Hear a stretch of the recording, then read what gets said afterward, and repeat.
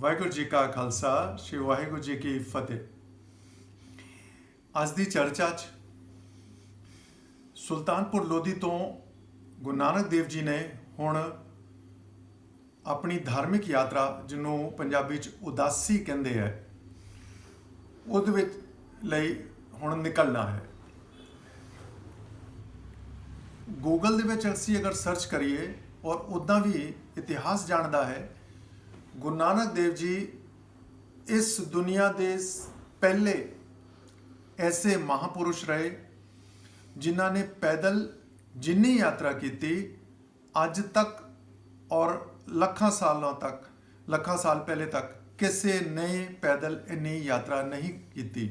He is the most travelled person across the world by foot on foot. Guru Nanak Dev ji ਦੀ ਉਦਾਸੀ ਦਾ ਉਦੇਸ਼ ਕੀ ਸੀ? ਦਰਅਸਲ ਉਹ ਉਦੇਸ਼ ਸੀ ਕਿ ਉਸ ਵੇਲੇ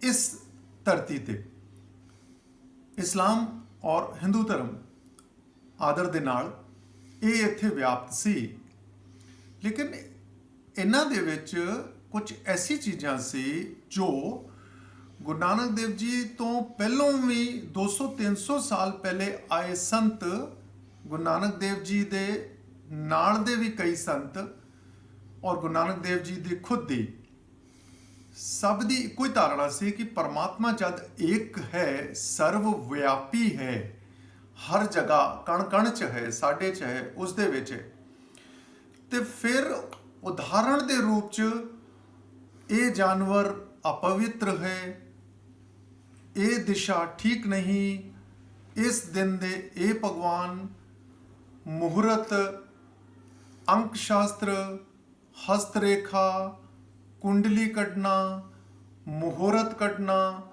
ਨਾਰੀ ਦਾ ਕਿਸੇ ਸੰਤ ਪੁਰਸ਼ ਨੇ ਨਹੀਂ ਮਿਲਣਾ, ਗ੍ਰਹਸਥ ਤਿਆਗਣਾ, ਨਾਰੀ ਕਿਸੇ ਦੂਸਰੇ ਮੰਦਰ 'ਚ ਨਹੀਂ ਜਾ ਸਕਦੀ, ਮਸਜਿਦ ਨਹੀਂ ਜਾ ਸਕਦੀ, ਨਾਰੀ ਪੁਰੋਹਿਤ ਨਹੀਂ ਬਣ ਸਕਦੀ।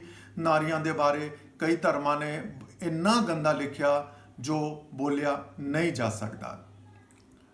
ਇੱਕ ਧਰਮ ਦਾ ਵਿਅਕਤੀ ਦੂਸਰੇ ਧਰਮ 'ਚ ਨਹੀਂ ਜਾ ਸਕਦਾ, ਫਲਾਂ ਮੰਦਿਰ ਦੇ ਵਿੱਚ ਇਹ ਨਹੀਂ ਜਾ ਸਕਦਾ।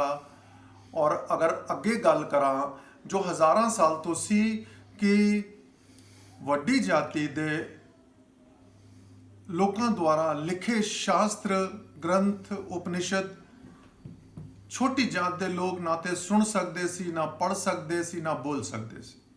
ਐਸੇ ਕਈ ਉਦਾਹਰਣ ਤੁਹਾਨੂੰ ਮਿਲਣਗੇ ਜੋ ਅੱਖਾਂ 'ਚ ਤੁਹਾਡੇ ਅਥਰੂ ਆਂਸੂ ਲੈ ਆਉਣਗੇ। ਜੋ ਹੋਇਆ, ਕਿਉਂ ਹੋਇਆ, ਸਾਰੇ ਸਨਮਾਨ ਦੇ ਨਾਲ, ਬਿਨਾਂ ਨਿੰਦਾ ਦੇ।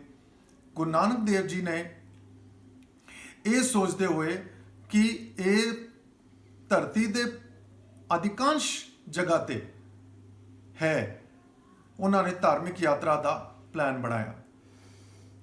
ਆਪਣੇ ਇੱਕ ਸਾਥੀ ਦੇ ਨਾਲ ਪੈਦਲ ਨਿਕਲਣਾ ਕੋਈ ਮਾਮੂਲੀ ਗੱਲ ਨਹੀਂ ਸੀ। ਉਹਨਾਂ ਦਾ ਮੈਸੇਜ ਸਿਰਫ ਇਹੋ ਹੀ ਸੀ ਕਿ ਅਗਰ ਇਹ ਦਿਸ਼ਾ ਠੀਕ ਨਹੀਂ ਹੈ, ਉਹ ਦਿਸ਼ਾ ਠੀਕ ਨਹੀਂ ਹੈ, ਈਸ਼ਵਰ ਦੀ ਬਣਾਈ ਚੀਜ਼ਾਂ ਨੂੰ ਅਸੀਂ ਰੱਬ ਮੰਨਾਂਗੇ, ਉਹਨਾਂ ਦੀ ਪੂਜਾ ਕਰਾਂਗੇ, ਅਸੀਂ ਸੂਰਜ ਦੀ ਪੂਜਾ ਕਰਾਂਗੇ। ਸੂਰਜ ਨੂੰ ਕਿਸ ਨੇ ਬਣਾਇਆ? ਅਸੀਂ ਇਸ ਪੇੜ ਦੀ ਪੂਜਾ ਕਰਾਂਗੇ, ਉਸ ਪੌਦੇ ਦੀ ਕਰਾਂਗੇ, ਇਹ ਪੌਦਾ ਠੀਕ ਨਹੀਂ, ਇਹ ਠੀਕ ਨਹੀਂ, ਇਹ ਠੀਕ। ਇੰਨਾ ਭਰਮ ਅਗਰ ਫੈਲ ਜਾਏਗਾ, ਇੰਨਾ ਭਰਮ ਕਿਹਦੇ ਲਈ ਫੈਲ ਗਿਆ? ਉਸ ਪਰਮਾਤਮਾ ਲਈ ਜੋ ਸਾਡਾ ਪਰਮ ਪਿਤਾ ਹੈ।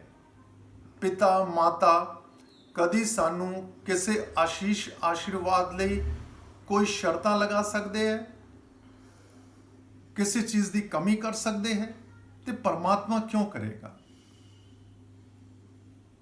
ਇੱਕ ਤੁਹਾਨੂੰ ਕਹਾਣੀ ਦੇ ਨਾਲ ਦੱਸਦਾ ਹੈ ਕਿ ਪਰਮਾਤਮਾ ਨੂੰ ਮਿਲਣ ਲਈ ਫਿਰ ਕਈ ਧਰਮਾਂ ਦੇ ਵਿੱਚ ਵਿਧੀ ਵਿਧਾਨ ਬਣੇ ਹੋਏ ਹੈ, ਜਿਹਨੂੰ ਕਰਮ ਕਾਂਡ ਕਿਹਾ ਗਿਆ ਹੈ, ਅਰਥਾਤ ਰਿਚੁਅਲਿਸਟਿਕ ਪ੍ਰੈਕਟਿਸਿਸ, ਅਰਥਾਤ ਇਸ ਤਰੀਕੇ ਨਾਲ ਕਰਨਾ, ਇਸ ਤਰੀਕੇ ਨਾਲ ਨਹੀਂ ਕਰਨਾ, ਇੰਨੀ ਵਾਰੀ ਕਰਨਾ ਹੈ, ਇੱਦਾਂ ਹੀ ਕਰਨਾ ਹੈ, ਇਸ ਘੜੀ ਕਰਨਾ ਹੈ।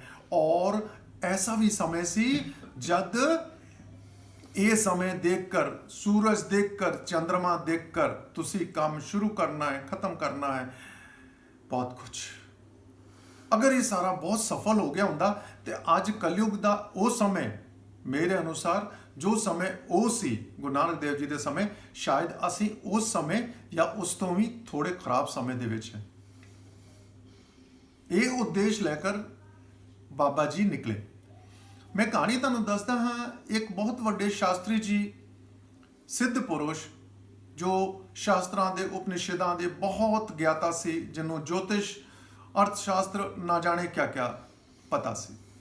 उन्हां दे नाल एक होर पुरुष जो सिर्फ ईश्वर नूं मनदा सी, अर्थात गुरु नानक देव जी वर्गा, कबीर दास वर्गा, तुलसीदास वर्गा, रविदास वर्गे या नामदेव वर्गे या जयदेव वर्गे, ऐसा कोई पुरुष रहा होएगा।